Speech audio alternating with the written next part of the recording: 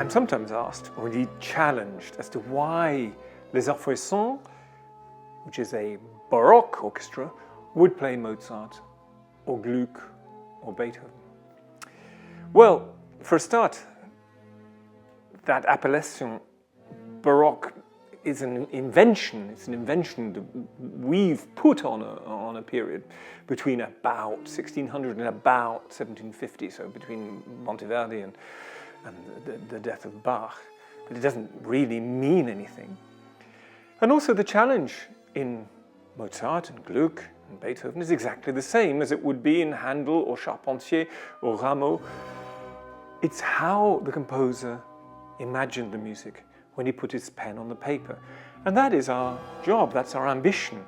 Our ambition is to try and find the colors that he had, he or she, but he had in his head at that moment of creation when he has this blank piece of paper before him and he starts to write the dots of music. He had a palette of color in his head, and that palette was extremely specific.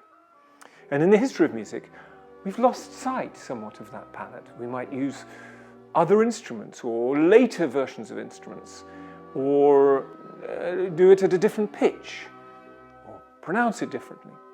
And so our idea with an ensemble like Les Arts Florissants is to go back and try to reconstruct what the composer thought. And that is as pertinent for Mozart and Beethoven and Gluck as it is for Handel, or Charpentier, or Rameau, or Lully. And so it's a version of the same work, and it allows us to stretch our wings a little bit of Mozart and Beethoven. We try to use the right instruments with the right bows, the right strings, and at the right pitch, so that were Mozart or Beethoven to walk into the room, they would be able to say, "Ah, I recognize that. I know that music.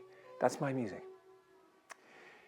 We might not get it 100% right, but that's the journey that we're in this movement of trying to recreate the sound picture that the composer knew. It has nothing to do with authenticity, it has to do with sincerity, the respect of the composer.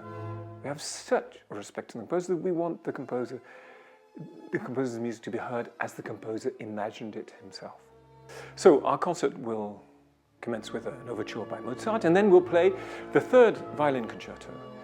A violin concerto that's possible that Mozart played himself. I love that idea. But this time, not played by Mozart, it will be played by Théotime Langlois de Swart. Théotime is now of a generation where playing stylistically, knowing about how it was played at the time, knowing about the instrument, knowing about the bow, knowing about the bow stroke, knowing how to form a phrase in Mozart style is completely natural. That's what this whole movement has been about. And so it's very exciting to do the concerto with Théotime, a real star of his time.